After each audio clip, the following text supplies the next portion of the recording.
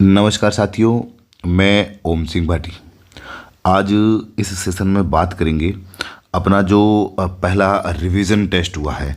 पहला revision test जो आपको 9 फरवरी को आयोजित हुआ है। 9 फरवरी को आपके 9 फेब को आयोजित हुआ था। ऑफलाइन और ऑनलाइन दोनों सेंटर पर आयोजित हुआ था। ऑनलाइन तो अपने एप्लीकेशन में हुआ था और ऑफलाइन जयपुर सेंटर में हुआ था और जोधपुर में हुआ था, सूरतगढ़, कोटा और बाड़मेर में। जयपुर सेंटर पर मैं और त्रिभुवन सर भी उपस्थित रहे थे। बहुत अच्छा आनंद आया आपके साथ मिलकर, आपसे बातें करके। आपका जो भी टाइम ख़राब किया उसमें टाइम ख़राब करने के साथ साथ में आपके साथ बहुत अच्छी बातें भी हुई। तो आज उस टेस्ट सीरीज़ के कुछ क्वेश्चन थे जहां आपको डाउटफुल था। मैं उन क्वेश्चन के ऊपर बात करूंगा आज। तो मैं क्या करूंगा, जिसमें आपको मैंने अपना जो टॉपिक था उसमें पॉलीमर भी था, तो पॉलीमर के क्वेश्चन बिल्कुल सिंपल क्वेश्चन थे, उसमें आपको सॉल्यूशन न करवा के बाकी वाला जो भी चैप्टर थे या जिसके क्वेश्चन थे उनको मैं आज इस वीडियो में सॉल्यूशन करवाने की कोशिश करूंगा, जिसमें आपको लगभग ऑर्गेनिक के क्वेश्चन थे और बाकी जो भी क्वेश्चन होते हैं उनको अपन एक बार देखते हैं कि होता क्या है। ये पहला क्वेश्चन है। अपन सीधे क्वेश्चन की बात करते हैं। देखो, टाइम खराब करने से कोई मतलब है नहीं। जो पहला क्वेश्चन है वो कह रहा है कि निम्नलिखित में से कौन सा यौगिक है, निम्नलिखित में से कौन सा यौगिक है, कौन सा यौगिक सोडियम संलग्न निष्कर्ष में सोडियम नाइट्रेट मिलाने से पूर्व हैलोजन परीक्षण के लिए मिलाते हैं। बिल्कुल आपको जो ये क्वेश्चन है कहाँ मिलेगा, ये क्वेश्चन आपको मिलेगा एनसीईआरटी के अंदर। एनसीईआरटी 11th की जो बुक है, मैंने वहाँ से ये क्वेश्चन बनाया है और पिछले टेस्ट सीरीज में भी मैंने इस तरह का एक क्वेश्चन डाला था कि जो हैलोजन का परीक्षण किया जाता है, हैलोजन के जो कैरियस विधि होते हैं उसके अंदर जो परीक्षण करते हैं उसमें सोडियम संलग्न निष्कर्ष में सिल्वर नाइट्रेट मिलाने से पूर्व उसके साथ में क्या मिलाया जाता है, नाइट्रिक एसिड मिलाया जाता है। अब वहाँ पर नाइट्रिक एसिड क्यों मिलाया जाता है इसको आप ध्यान से सुनना कि कार्बनिक पदार्थ के अंदर हैलोजन तो होता ही है। जो कार्बनिक पदार्थ है, आपको जो दिया गया जो कार्बनिक पदार्थ होगा उसके अंदर हैलोजन तो होगा ही होगा। उसके अंदर क्या होगा, एक मिनट थोड़ा सा पेन को पतला कर देते हैं। आपके उस कार्बनिक यौगिक के अंदर क्या होगा, हैलोजन तो होगा ही होगा। ये तो आप ध्यान रखना कि हैलोजन की कर रहे हैं तो हैलोजन तो होगा ही होगा। हैलोजन के साथ साथ वहाँ पर क्या रहता है, उस कार्बनिक यौगिक के अंदर सल्फर भी रहता है और उसके साथ में क्या रहती है, नाइट्रोजन भी रहता है। ये बिल्कुल एनसीईआरटी के अंदर लिखा हुआ है कि उसमें साथ में हैलोजन के साथ साथ में कार्बन और नाइट्रोजन भी पाई जाती है। अब ये नाइट्रिक एसिड क्यों मिलाया जाता है, क्योंकि नाइट्रिक एसिड मिलाने से के लिए क्यों मिलाते हैं, क्योंकि इसमें जो ये सल्फर है और ये जो नाइट्रोजन है वो सोडियम के साथ में क्रिया करके कोई अवक्षेप ना बना दे, कोई ऐसा पदार्थ ना बना दे जो अपनी अभिक्रिया आगे करनी होती है उसमें बाधा उत्पन्न हो, इसलिए यहाँ अवक्षेप नहीं बन जाए, इसलिए उसके अंदर क्या मिलाया जाता है, नाइट्रिक एसिड मिलाया जाता है। अब आपको ये पूछा जाता है, अगला क्वेश्चन ये भी हो सकता है कि वहाँ पर नाइट्रिक एसिड क्यों मिलाया जाता है, क्योंकि उस कार्बनिक यौगिक के अंदर जो सल्फर और नाइट्रोजन, हैलोजन के अलावा और भी तत्व उपस्थित होंगे, उनके साथ ये जो तत्व होते हैं वो सोडियम धातु, सोडियम, ये सोडियम संलग्न वाली सोडियम धातु है, इसके साथ क्रिया करके कोई अवक्षेप न बना दे, कोई अवक्षेप न बना दे, इसलिए उसके अंदर क्या मिलाया जाता है, नाइट्रिक एसिड मिलाया जाता है। बिल्कुल सही बात है ये। फिर अगली बात करते हैं अपन। अगला जो क्वेश्चन है वो आपका हाइपर कॉन्जुगेशन से है। निम्नलिखित में से किसके कारण एक तृतीयक ब्यूटिल कार्बोधनायन, तृतीयक ब्यूटिल कार्बोधनायन की मैं स्ट्रक्चर बनाता हूँ, यहाँ पर आप देखना CH3, यहाँ पर भी CH3 और इधर भी CH3 और ये तृतीयक कार्बन के ऊपर टर्सरी कार्बन होता है उसके ऊपर पॉजिटिव चार्ज होगा, धनायन है इसलिए एनायन है। द्वितीयक ब्यूटिल कार्बोधनायन, द्वितीयक ब्यूटिल कार्बोधनायन, द्वितीयक ब्यूटिल कार्बोधनायन, ये CH और ये आपका CH3, ये आपका द्वितीयक ब्यूटिल कार्बोधनायन, ये इसके ऊपर। अब इसमें देखो अल्फा हाइड्रोजन जिसके अंदर ज़्यादा होता है उसमें हाइपर कॉन्जुगेशन भी ज़्यादा होता है, फिर उस जिसमें हाइपर कॉन्जुगेशन ज़्यादा होगा उसका स्थायित्व भी ज़्यादा होता है। इसके अंदर टोटल कितने 9 अल्फा हाइड्रोजन होते हैं और इसके अंदर टोटल कितने 6 अल्फा हाइड्रोजन होते हैं, जिसकी वजह से इसका क्या होता है, जो आपको अति संयुग्मक संरचनाएं बनती है। वो कितनी बनती है, यहाँ पर 9 बनती है और यहाँ कितनी बनती है, 6 बनती है, 6 बनती है, जिसके कारण क्या होता है, इसका जो स्थायित्व होता है वो द्वितीयक ब्यूटिल कार्बोन आयन से क्या होता है, अधिक होता है। वो हाइपर कॉन्जुगेशन के कारण होता है। इसको आपको ध्यान रखना है। अगला जो आपका क्वेश्चन है, बहुत ही इंपॉर्टेंट क्वेश्चन और बहुत सारा को डाउट में डालने वाला ये क्वेश्चन था। सबसे अच्छा क्वेश्चन मैं अगर मानूं कि इस टेस्ट सीरीज का था तो वो ये था कि निम्नलिखित अभिक्रिया, निम्नलिखित यौगिकों में एरोमेटिक इलेक्ट्रॉन से नहीं प्रतिस्थापित हूँ।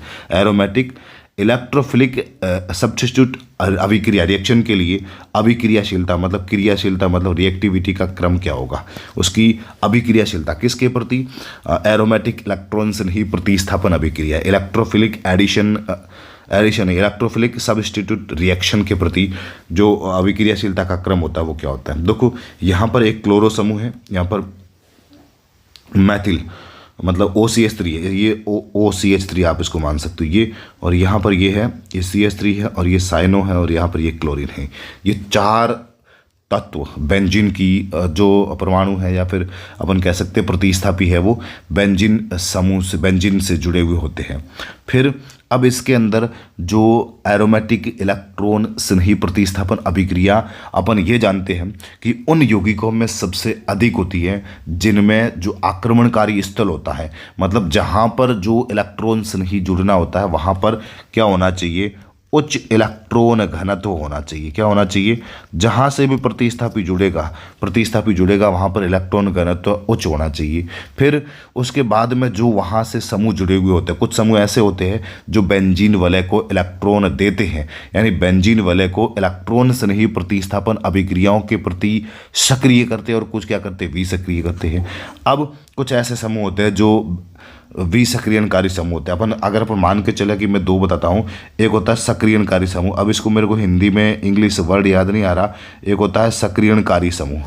अब सक्रियनकारी समूह होते हैं वो क्या करते हैं, बेंजीन वलय के इलेक्ट्रॉन उसको देंगे, तब क्या होगा उसके अंदर, मतलब आप सक्रियनकारी समूह में ये मान के चलिए कि जिसका प्लस आई प्रभाव और जिसका प्लस आर प्रभाव हो, जो प्लस आई और प्लस आर प्रभाव वाले समूह हैं कौन कौन से होते हैं, इसमें से प्लस आई किसका होगा, इसका प्लस आई होगा और इसका भी प्लस आई और प्लस आर दोनों होता है।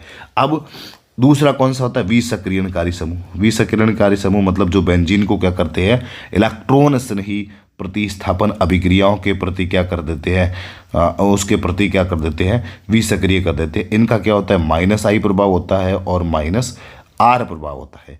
अब इनमें से कौन सा, ये जो क्लोरीन है उनका माइनस आई और माइनस आर दोनों प्रभाव होता है। अब अगर अपन बात करते हैं कि इन दोनों में किसका, इसका प्लस आई और इसका माइनस आई, मतलब प्लस आई और प्लस आर प्रभाव होने के कारण जो OCH3 होता है, ये जो OCH3 है इसका प्लस आर प्रभाव क्या होता है, प्रबल होता है। अब प्रबल होने के कारण क्या करेगा, ये बेंजीन को जो जहाँ पे इलेक्ट्रॉन से नहीं जुड़ना होता है वहाँ पर जो उसका इलेक्ट्रॉन घनत्व होता है उसको क्या कर देता है, बढ़ा देता है। और इलेक्ट्रॉन घनत्व बढ़ गया मतलब आने वाला जो इलेक्ट्रॉन से नहीं होगा और इस स्थिति पर आसानी से जुड़ जाएगा, तो ये वाला जो होगा वो सबसे अधिक क्रियाशील होगा। तो अपन मान के चले कि बी वाला होता है वो सबसे अधिक क्रियाशील होता है किसके प्रति, इलेक्ट्रॉन से नहीं प्रतिस्थापन अभिक्रिया के प्रति, ऑप्शन नंबर बी। उसके बाद में ये इसका प्लस आई प्रभाव होता है तो इसकी वजह से उसके बाद में आता है सी, बी सी कहीं लास्ट में दिख रहा है, बी सी, ये बी ये सी। उसके बाद में साइनाइड की अगर अपन बात करते हैं तो इसका माइनस आई प्रभाव होता है। ये जो इसका माइनस आई प्रभाव होता है वो क्या होता है, साइनाइड का प्रबल होता है, इसकी वजह से ये सबसे कम हो जाएगा। और उसके बाद क्या बचा, क्लोरीन बचा, जिसका क्या होता है, माइनस आई प्रभाव क्या होता है, बहुत कम होता है, जिसकी वजह से ये आता है। तो बी ए, फिर आ जाएगा बी सी ए और D, B C A D, ये कौन सा, ऑप्शन वाला ए सही हो जाएगा। इलेक्ट्रॉन से नहीं प्रतिस्थापन अभिक्रियाओं के प्रति सबसे अधिक क्रियाशील होगा वो ये वाला होगा, उसके बाद में ये होगा, उसके बाद में क्लोरो वाला होगा, और सबसे कम इस अभिक्रियाओं के प्रति क्रियाशील होगा वो साइनाइड वाला होगा, क्योंकि इसका माइनस आई प्रभाव होता है वो प्रबल होता है। और ये सबसे अधिक क्रियाशील क्यों होता है, क्योंकि इसका प्लस आर प्रभाव क्या होता है, बहुत अधिक होता है। जो प्लस आर और प्लस आई प्रभाव वाले होते हैं वो सक्रियणकारी समूह होते हैं, बेंजीन वाले के इलेक्ट्रॉन घनत्व को बढ़ा देते हैं, जिसकी वजह से क्या होता है, इलेक्ट्रॉन से नहीं प्रतिस्थापन अभिक्रियाओं की प्रतिक्रियाशीलता भी क्या होती है, बढ़ जाती है। अगला क्वेश्चन है यौगिक एक्स, कोई भी एक यौगिक है, मान लो आपका ये यौगिक एक्स है, फिर क्या करेगा, इसकी ओजोन के साथ क्रिया करवाओ। ओजोन के साथ क्रिया करवाने पर क्या बनता है, अभिक्रिया के बाद और उसके बाद यहाँ अभिक्रिया करवाई, या मान लो कि बी बना अभिक्रिया, फिर उसके बाद में यहाँ पर Zn और H2O से क्रिया करवाई, तो क्या बनना चाहिए, एक तो फॉर्मेल्डिहाइड बनना चाहिए, HCHO बनना चाहिए, और उसके साथ में 2 मेथिल प्रोपेनॉल बनना चाहिए। 2 मेथिल प्रोपेनॉल का मतलब ये CH3, ये CH3 और ये वाला CHO, 2 मेथिल प्रोपेनॉल, ये दोनों प्रोडक्ट बनने चाहिए अपन को, आपको ये पता है। अब ये तो एक ये क्वेश्चन कह रहा है कि ये चीज़ दी हुई है, अब यहाँ पर ये क्या आएगा, यहाँ पर ये जो आपका आएगा वो ये आएगा। समझिए कैसे आएगा ये, इसको आप समझने के लिए इधर इधर देख सकते हो, इसको समझो कि 3 मेथिल ब्यूट 1 इन 3 मेथिल, तो ये CH3, ये CH, ये CH3, ये CH डबल बॉन्ड, ये CH2, 1 2 3, ये 1 2, ये 2 और ये 3 मेथिल ब्यूट, 1 2 3 4 4, और दूसरे कार्बन 1 इन पहला है ना 1 इन। अब इसके ऊपर आपको क्या जोड़नी है, ओजोन की क्रिया करवानी है। जहां पर भी आपको द्विबंध दिखता है उसको हटा दो, डबल बॉन्ड जहां देखो उसको हटा दो, और उसके ऊपर 3 ऑक्सीजन को जोड़ दो। कैसे जोड़नी है, देखो इधर ये CH3, ये CH, इधर ये CH3 सेम रहेगा। अब CH के बाद में देखो और CH है, CH उसके बाद डबल बॉन्ड है, तो इसको आप CH2 कर दो, और इधर की साइड 3 ऑक्सीजन यहाँ पे जोड़ दो। ये इसको ऐसे तोड़ दो, इसको ऐसे जोड़ दो। यहाँ पर क्या करना है, आपको जिंक और H2O की क्रिया करवानी है। फिर यहाँ जो पीछे बचा इधर वाला क्या बचेगा, ये बचेगा HCHO, मैथेनॉल बन गया, फॉर्मेल्डिहाइड बन गया, ये फॉर्मेल्डिहाइड। उसके बाद में इधर क्या बचा, इधर बचा ये बचा CH3, ये बच गया CH3 और ये CH3, ये CH, और यहाँ क्या बचेगा, ये CHO। ये क्या बनेगा, 2 methyl but propanol, 2 methyl propanol बन जाएगा। तो ये वाला अभिक्रिया होगी, ये क्या होगी, 3 मेथिल ब्यूट 2 इन के ओजोनीय अपघटन से क्या बनता है, फॉर्मेल्डिहाइड बनेगा और 2 मेथिल प्रोपेनॉल बनता है। अगला क्वेश्चन है, एक एल्कीन के ओजोनीकरण से एक उत्पाद के रूप में मैथेनॉल बनता है। मैथेनॉल कहाँ बनेगा, जहाँ पर भी आपको द्विबंध बनता है वहाँ पर। अब देखो ये ओजोनीय अपघटन मैन तो तीनों का होता है, बेंजीन का भी होता है और आपके एल्काइन का भी होता है और एल्कीन का भी होता है। तो मेनली अपने एल्कीन का अपन देखते हैं। इसमें जहाँ भी डबल बॉन्ड आपको दे रहा है वहाँ पर आप ऑक्सीजन जोड़ के देखिए, यहाँ मैं ऑक्सीजन जोड़ के देखता हूँ, इसको आप समझिए। अब इसको समझने के लिए इसी के अंदर समझ लो, आप क्या करना है, जहाँ आपको डबल बॉन्ड दिखे वहाँ पर आप ऑक्सीजन जोड़ दो, ये जोड़ दी। अब जब ऑक्सीजन जुड़ेगी तो डबल बॉन्ड इसके बीच वाला क्या होगा, हट जाएगा। फिर इसको ऐसे तोड़ दो, फिर इसको ऐसे तोड़ दो, बनना क्या चाहिए, मैथेनॉल बनना चाहिए। मैथेनॉल का सूत्र क्या होता है, HCHO बन रहा है, ये HCHO, CH2, या इसको आप ऐसे लिख सकते हो CH2 डबल बॉन्ड O, ये बन गया HCHO बन गया, ये मैथेनॉल बन गया। बिल्कुल आपका उत्तर ये भी राइट है। यहाँ आप अगर डबल बॉन्ड पे जोड़ते हो तो यहाँ जोड़ दो, यहाँ आपका ये बन जाएगा, इसको ऐसे तोड़ लो, इसको ये बनेगा CH3CHO, एथेनॉल बन जाएगा। एथेनॉल नहीं पूछा आपको, मैथेनॉल पूछा है, इसलिए आपका आंसर ए राइट हो जाएगा। फिर अगली बात करते हैं, निम्न रूपांतरण के लिए सबसे ज़्यादा उपयुक्त अभिकारक कौन सा होता है। ये question second grade Sanskrit education नहीं, जनरल एजुकेशन 2022 के अंदर भी पूछा था कि एल्काइन के ऊपर जब किसकी उपस्थिति में हाइड्रोजन अब अपचयन करवाया जाता है। किसका अपचयन है, ये वाला जो आपके अपचयन है, अपन कह सकते हैं कि एल्काइनों का हाइड्रोजनीकरण करवाया जाता है, एल्काइनों का अपचयन करवाया जाता है। किसकी उपस्थिति में करवाया जाता है, इसको अपन लिंडलार उत्प्रेरक भी कहते हैं, या फिर हाइड्रोजन PD+C, इसकी उपस्थिति में क्यूनोलिन की उपस्थिति में करवाया जाता है। तो यहाँ पर आपका जो बनता है वो सिज एल्किन बनती है। तो यहाँ पर उत्प्रेरक क्या आएगा, ये H2, ये PD, ये C और क्विनोलिन, ये B आ जाएगा। अब जब द्रव अमोनिया की उपस्थिति में करवाया जाएगा तो वहाँ आपका कौन सी बनती है, ट्रांस एल्किन बनती है।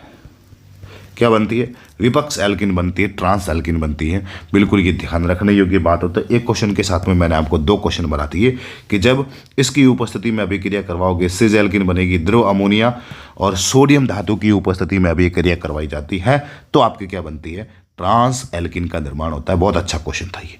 अब ये क्वेश्चन इसमें ये सबके लिए बाउंसर के रूप में थी। बहुत कम स्टूडेंट होंगे, बहुत कम साथी होंगे जिन्होंने इस क्वेश्चन को सही किया था। इसमें क्या था, आपको ए पता करना है, ये एक हाइड्रोकार्बन है, ये ए, इसकी अभिक्रिया करवानी है किससे, ब्रोमीन से आप करवा दो।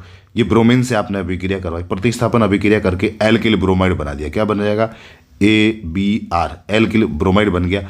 फिर उसमें जो कि वुड्स अभिक्रिया देता है, वुड्स अभिक्रिया देगा, वो हाइड्रोकार्बन में परिवर्तित होता है जिसमें 4 से कम कार्बन होते हैं। 4 से कम कार्बन वाला क्या बन सकता है, या तो प्रोपेन बन सकता है या आपके क्या बन सकता है, एथेन बना सकते हैं, एथेन बन सकती है, क्योंकि वुड्स अभिक्रिया से मेथेन कभी बन नहीं सकती। तो बन नहीं सकती तो इन्होंने सबसे पहले इसको ही काटा, लेकिन ये पूछ कहाँ रहा है, इसको पूछ रहा है। तो आपको क्या करना है, आपको मेथेन के ऊपर क्रिया करवानी। समझिए इसको, ये ए मेथेन है, इसकी क्रिया किससे करवानी है, ब्रोमीन से करवानी है।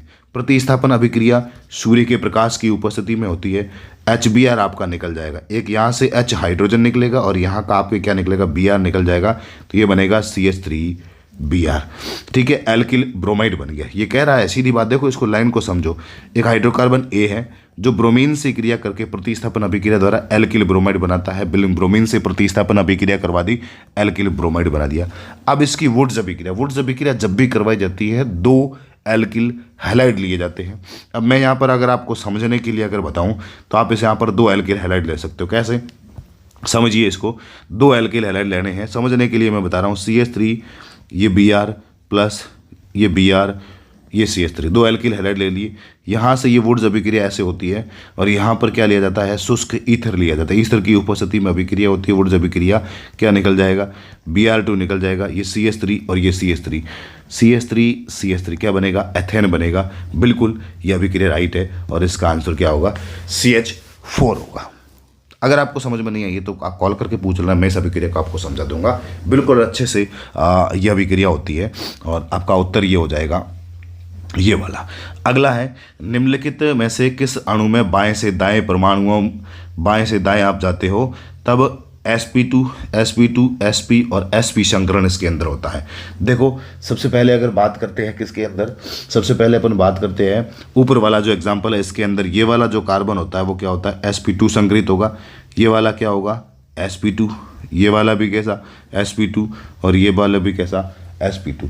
ये सारे कार्बन होते हैं वो कैसे होते हैं, sp2 संकरित होने के कारण ये सारे कार्बन आपके sp2 संकरित होते हैं, जिसकी वजह से इसका आंसर sp2 ये वाला नहीं होगा।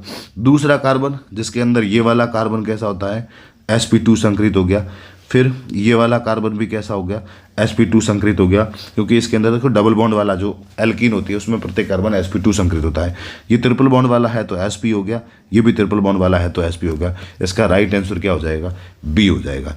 ये कार्बन sp, ये कार्बन sp, ये कार्बन sp, ये कार्बन भी क्या होता है, sp होता है। तो इसके अंदर सभी कार्बन क्या होते हैं, sp संकरित होते हैं। इसका आंसर तो B हो गया आपके।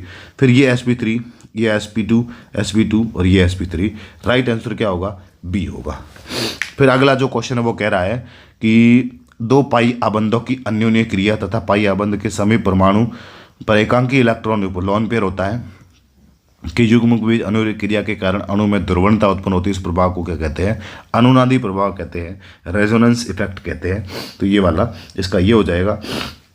ज़्यादा इसमें कुछ आपके समझने वाली बात है नहीं। ये बहुत अच्छा क्वेश्चन है कि अति संयुग्मन हाइपर कॉन्जुगेशन विधि का उपयोग करते हुए कार्बन आयन के स्थायित्व का सही क्रम क्या होगा, जिसके अंदर अल्फा हाइड्रोजन की संख्या क्या होगी, या फिर अपन कह सकते हैं कि जिसके अंदर एल्किल समूहों की संख्या क्या होगी, ज़्यादा होगी, उसके अंदर अल्फा हाइड्रोजन भी ज़्यादा होगी, और अल्फा हाइड्रोजन ज़्यादा होगी तो फिर उसके अंदर अति संयुग्मन हाइपर कॉन्जुगेशन भी ज़्यादा होगा। और इसके स्थायित्व का क्रम क्या होगा, ये हो जाएगा सबसे अधिक स्थायी होगा क्या होगा, ए होगा, फिर क्या होगा, बी होगा, फिर क्या होगा, सी होगा, और सबसे कम स्थायी कार्बन आयन होगा अगर अति संयुग्मन को देखें तो डी होगा। ए बी सी डी, इसका राइट आंसर क्या होगा, A B C D, B right answer हो जाएगा, बिल्कुल सही है। फिर है निम्नलिखित यौगिक का आयुपेशी नामकरण बताइए। आप इसको इसका आयुपेशी नामकरण बताता है। सबसे पहले आयुपेशी नामकरण वहाँ से स्टार्ट कीजिए जहाँ से क्रियात्मक समूह नजदीक आ रहा है। 1 2 3 4 5 6 7 और 8, 8 का मतलब पीछे ऑक्टेन आएगा। अब ऑक्टेन इधर भी दिख रहा है, इधर भी दिख रहा है, यहाँ पेंटेन है तो इसको हटा दो, इनमें से कोई है तो इसको हटा दो। फिर देखो कि 1 2 3 4 5 छठे कार्बन पर क्या है, मैथिल है, 6 मैथिल, ये 6 मैथिल। फिर मैथिल ऑक्टेन, ऑक्टेन 8 कार्बन, तीसरे कार्बन पर, ये तीसरे कार्बन पर क्या आ गया, ऑल आ गया। तो इसका आंसर हो जाएगा 6 मैथिल ऑक्टेन 3 ऑल, बिल्कुल ए वाला ऑप्शन है वो बिल्कुल सत्य है। उसके बाद में बात करते हैं, ये एक स्तंभ 1 में मिश्रित यौगिकों के, स्तंभ 2 में मिश्रित यौगिकों के जो मिलाना है उससे आपको करना है। तो इसमें अगर मैं बात करता हूँ कि इसके अंदर अगर अपन बात करते हैं कि शोधन की विधियाँ दी हुई है, मतलब कौन कौन से तरीके से अलग की जाती है, फिर उनमें विधि कौन सी है। तो पहला है दो ठोस जिनकी विलायक में भिन्न भिन्न विलेयता होती है और जब वो गुलित होती है तो अभिक्रिया नहीं करते। जब ये गुलित अवस्था में होती है तो अभिक्रिया नहीं है, मतलब दो ऐसे ठोसों को मिलाया गया जिसमें विलेयता होती है, जब वो गुलित होती है तो अभिक्रिया नहीं करती है। इनको जो किया जाता है वो क्या किया जाता है, क्रिस्टलन द्वारा अलग किया जाता है। जो कार्बनिक यौगिक होते हैं उनको अलग करने की विधि है वो क्रिस्टलीकरण होती है, क्रिस्टलन होती है। दो ऐसे द्रव जो अपने क्वथनांकों पर विघटित होते हैं उसको कैसे अलग किया जाता है, उसको क्या किया जाता है, निम्न दाब पर। दूसरे का क्या हो जाएगा, चौथा हो जाएगा। तो पांचवा चौथा दिख रहा है कहीं आपको, पांचवा दिख रहा है, चौथा दिख रहा है, बिल्कुल ये भी सही है, तो इनको और इनको बिल्कुल आप काट दीजिए, पांचवा और चौथा। फिर उसके बाद में अब देखो कि जो द्रव अपने क्वथनांकों पर विघटित होते हैं उनको निम्न दाब पर आसवन द्वारा उनको अलग किया जाता है। जैसे अपन बात करते हैं कि साबुन उद्योग में जो शेष लाई होती है, स्पेंट लाई होती है, उससे अगर ग्लिसरॉल को अलग करना है तो आप निम्न दाब पर आसवन करवाओगे। तीसरा है भाप वाष्पशील। अगर अपन बात करते हैं तो किसके लिए, भाप आसवन विधि होती है, भाप वाष्पशील भाप आसवन विधि पहला नंबर आएगा। तो पांचवा, चौथा और पहला बिल्कुल डी, इसका आंसर क्या हो जाएगा, राइट हो जाता है। दूसरा आता है दो द्रव जिनके क्वथनांक आपस में एक दूसरे के क्या होते हैं, पास होते हैं, तो उनके क्वथनांक एक दूसरे के पास में उनको प्रभाजी आसवन विधि द्वारा, जैसे आपको पेट्रोलियम उद्योग से जो तेलीय पदार्थ होते हैं उनको अलग करने हैं तो प्रभाजी आसवन विधि काम में ली जाती है। और दूसरा है ऐसे दो द्रव जिनके क्वथनांकों में बहुत अधिक अंतर होता है उनको साधारण आसवन के द्वारा उनको क्या कर दिया जाता है, अलग कर दिया जाता है। अगला जो आपका क्वेश्चन है वो कह रहा है आयुपेशी नामकरण के। मैंने दो क्वेश्चन दिए थे, बहुत ही शानदार क्वेश्चन थे दोनों।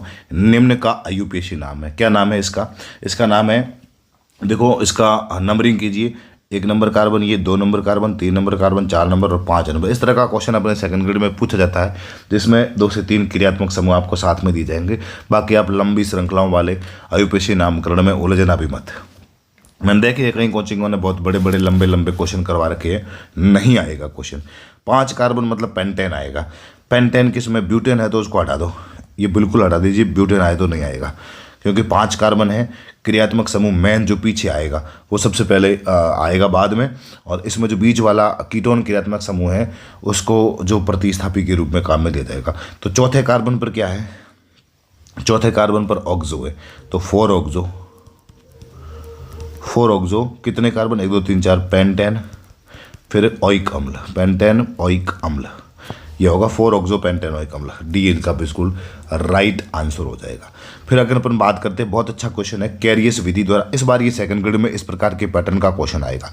कैरियस विधि द्वारा सल्फर के आंकलन में 0.468 ग्राम युक्त सल्फर युक्त कार्बनिक यौगिक, ये कार्बनिक यौगिक इसका जिसका वेट दिया है किसका, 0.468 ग्राम दिया है, यौगिक से 0.668 ग्राम बेरियम सल्फेट BaSO4 मिलाया गया। दिए गए कार्बनिक यौगिक में सल्फर की प्रतिशत मात्रा ज्ञात कीजिए। अब देखो आपको अगर सल्फर की प्रतिशत मात्रा निकालनी है, सल्फर की प्रतिशत मात्रा निकालने के लिए सल्फर का जो आणविक द्रव्यमान होता है वो, और टोटल जो यौगिक है, यौगिक कौन सा है, BaSO4 है। BaSO4 का आपको क्या निकालना पड़ेगा, आणविक द्रव्यमान। BaSO4 का आणविक द्रव्यमान आपको याद रखना कितना होता है, 233 होता है। 233 कहाँ से हो जाएगा, 137 तो बेरियम का, प्लस उसके साथ में आपका 32 किसका, सल्फेट का, और SO4 का कितना होता है आपके लगभग 64 हो जाएगा। तो ये 64 हो जाएगा, टोटल बनता है 233। तो ये 32 बत्ता 233 गुणा BaSO4 का भाग, BaSO4 का जो द्रव्यमान दिया है, BaSO4 का द्रव्यमान कितना दिया है, ये BaSO4 का द्रव्यमान बट्टा जो कार्बनिक यौगिक का दिया है, कार्बनिक यौगिक का द्रव्यमान गुणा 100 करोगे तो 32 बट्टा 233 गुणा 0.668 बट्टा 0.668 बट्टा कितना आ जाएगा, 0.6468 गुणा 100। जब आप इसको सॉल्व करोगे तो इसका उत्तर आएगा 19.60%। सल्फर की मात्रा हो जाएगी 19.60%। आपको यही करना है। इसके अलावा इसमें कुछ ज़्यादा आपको वेद की नहीं चाहिए, वेद की जिसको बोलते हैं ना, वो आपके नहीं चाहिए। बहुत इजी क्वेश्चन है, बहुत सिंपल क्वेश्चन है, इसमें ज़्यादा इतना कुछ करना है नहीं। अगला बहुत ही अच्छा क्वेश्चन है और इसमें आपको पता करना है कि कौन सा जो क्वेश्चन है या कौन सा जो फैक्ट है वो बिल्कुल क्या है आपके गलत है या सही है। सही का बोल रहा है कि निम्नलिखित में से कौन सा कथन सही है, सही कौन कौन से है, गलत छांटोगे तो अपने आप बाकी वाले सही मिल जाते हैं। विषमाक्ष विदलन में विदलित होने वाले आबंध के दोनों इलेक्ट्रॉन उसमें से किसी एक परमाणु पर चले जाते हैं। बिल्कुल राइट बात है कि अपन अगर विषमाक्ष बंध विदलन की बात करते हैं, जैसे मैं बात करता हूँ HCl, ये HCl है, जब भी ये टूटेगा तो इसके अंदर ये बॉन्ड होता है, तो विषमाक्ष बंध विदलन के अंदर जो बंध के इलेक्ट्रॉन है वो एक इलेक्ट्रॉन इसके पास जाएगा, एक इलेक्ट्रॉन विषमाक्ष में, ये तो समाक्ष हो जाएगा, विषमाक्ष में तो अलग अलग, ये समाक्ष में हो जाएगा कि ये एक H के पास गया और एक Cl के पास गया। अब जैसे दूसरी मैं बात करता हूँ, ये देखो ये तो एक एग्जांपल ले लिया कि इसी तरह जाएगा, लेकिन जैसे ये देखते हैं CH3Cl है तो एक इलेक्ट्रॉन केवल इसके पास जाएगा, विषमाक्ष हो जाएगा, मतलब दोनों पर समान न जाके क्या बनता है, एक परमाणु के ऊपर पॉजिटिव चार्ज आएगा और जिसके पास इलेक्ट्रॉन जाएगा उसके पास नेगेटिव चार्ज आता है। तो विषमाक्ष बंध विदलन में विदलित होने वाले बंध के दोनों इलेक्ट्रॉन किसी एक परमाणु पर चले जाते हैं, बिल्कुल सत्य बात है ये। समाक्ष बंध विदलन में सहसंयोजक बंध में सहभाजित युग्मक एक इलेक्ट्रॉन बंधित प्रत्येक परमाणु के पास चला जाता है, जो ये इस तरह मैंने बात कर दी, ये भी बिल्कुल क्या है, सत्य बात है। एक इलेक्ट्रॉन के संचलन को अर्धतीर कैसे दर्शाया जाता है, ऐसे दर्शाया जाता है, अर्धतीर के द्वारा दर्शाया जाता है, ये भी बिल्कुल सत्य बात है। मुक्त मूलक में युग्मित इलेक्ट्रॉन होते हैं, बिल्कुल गलत बात है कि मुक्त मूलक के अंदर जो इलेक्ट्रॉन होते हैं वो कैसे होते हैं, अयुग्मित इलेक्ट्रॉन होते हैं, ठीक है, अनपेयर्ड इलेक्ट्रॉन होते हैं, किसके अंदर, फ्री रेडिकल के अंदर अनपेयर्ड इलेक्ट्रॉन होते हैं। समाक्ष विघटन मुक्त मूलक देता है, बिल्कुल सही बात है कि समाक्ष बंध विदलन मुक्त मूलक देता है, ये समाक्ष बंध विदलन ये मुक्त मूलक देता है, बिल्कुल दे रहा है। फिर इसे उत्सम ध्रुवीय या ध्रुवीय अभिक्रिया भी कहते हैं, बिल्कुल ध्रुवीय अभिक्रिया नहीं होती है ये कैसी अभिक्रिया होती है, अध्रुवीय अभिक्रिया होती है। अब पूरी लाइन आपको सही लग रही थी, लेकिन यहाँ से ये अध्रुवीय अभिक्रिया होती है, ध्रुवीय अभिक्रिया नहीं होती है। अगला है कार्बनिक यौगिक के फास्फोरस परीक्षण में ऑक्सीकारक फास्फोरस यौगिक विलयन को नाइट्रिक अम्ल के साथ गर्म किया जाता है और इसके बाद अमोनियम मोलिब्डेनम के साथ क्रिया करवाई जाती है, तो पीले रंग का एक यौगिक बनता है, किसके बनने के कारण होता है, बिल्कुल NCERT से सीधा क्वेश्चन इसको उठाया गया है और इसके अंदर जो बनता है वो क्या बनता है, ये मैंने अभी टेलीग्राम के ऊपर भी आज डाल दिया है और इसका आंसर ये है, आप देख लेना, NCERT को पढ़ते रहो, NCERT is the best option किसके अंदर, सेकंड ग्रेड के सिलेक्शन लेने के लिए। देखो मेरी अंग्रेजी बहुत वीक है, अंग्रेजी आती नहीं है, फिजिक्स आती नहीं है, बाकी अपन बिल्कुल भारतीय है, कोई दिक्कत नहीं है, कर लेते हैं, ठीक है, अंग्रेजी भी ठीक है, अंग्रेजी में बोल देता हूँ, अभी भी आपको तो बोल दो अंग्रेजी बोल देते हैं, बाकी कुछ नहीं आता, ठीक है। बाकी सेकंड ग्रेड में आपके लिए सब कुछ अवेलेबल करवा देंगे, सिलेक्शन तक पहुँचा देंगे, ये गारंटी है। ये बहुत अच्छा क्वेश्चन, इस क्वेश्चन ने भी आपको एक गूगली की तरह दिया था, इसमें जिसने समझा, जिसने सोचा, जिसको पता था कि इसका किस तरह से इसको करना है, तो निम्नलिखित में से कौन सा कथन सत्य नहीं है, कौन सा कथन सत्य नहीं है, तो ये कह सकता है कि नाइट्रोजन के मात्रात्मक विश्लेषण की कौन सी विधि, कैल्डोल विधि, दो विधि होती है, कैल्डोल विधि और दूसरी कौन सी होती है, आप बताओ दूसरी कौन सी विधि होती है। कैल्डोल विधि के साथ साथ इसके किसके, नाइट्रोजन के मात्रात्मक विश्लेषण एक और विधि होती है, नाइट्रोजन मात्रात्मक विश्लेषण की एक विधि होती है, कैल्डोल के साथ में दूसरी विधि आती है ड्यूमा विधि। कौन सी विधि आती है, ड्यूमा विधि आती है। तो कैल्डोल विधि के अंदर जो कॉपर सल्फेट होता है वो एक उत्प्रेरक की तरह कार्य करता है, बिल्कुल सत्य बात है कि जो इसमें जो नाइट्रोजन युक्त यौगिक होता है उसको किसके साथ गर्म किया जाता है, H2SO4 के साथ गर्म करते हैं, बिल्कुल सही बात है कि उसको H2SO4 के साथ गर्म किया जाता है। अब अगर H2SO4 के साथ गर्म करते हैं तो बनता क्या है, H2SO4 की उपस्थिति में गर्म करने पर बनता क्या है, हमें पता क्या बनता है, वहाँ पर अमोनियम सल्फेट भी बनता है और उसके साथ में ये CuSO4 भी डाला जाता है। CuSO4 इसलिए डाला जाता है कि ये किस में परिवर्तित हो, अमोनियम सल्फेट के अंदर परिवर्तित होता है। जो नाइट्रोजन होती है, जो सभी नाइट्रोजन होती है वो किस में, अमोनियम सल्फेट के अंदर परिवर्तित होती है। ये बिल्कुल सत्य बात है। सोडियम धातु के साथ कार्बनिक यौगिकों की अभिक्रिया करते समय कार्बनिक यौगिक की जो नाइट्रोजन होती है वो NaNC में परिवर्तित होती है। बिल्कुल गलत है यही पॉइंट गलत है कि वो NaNC में नहीं NaCN सोडियम साइनाइड के अंदर परिवर्तित होती है। ये बिल्कुल NCERT की लाइन है, वहाँ से लिया गया है।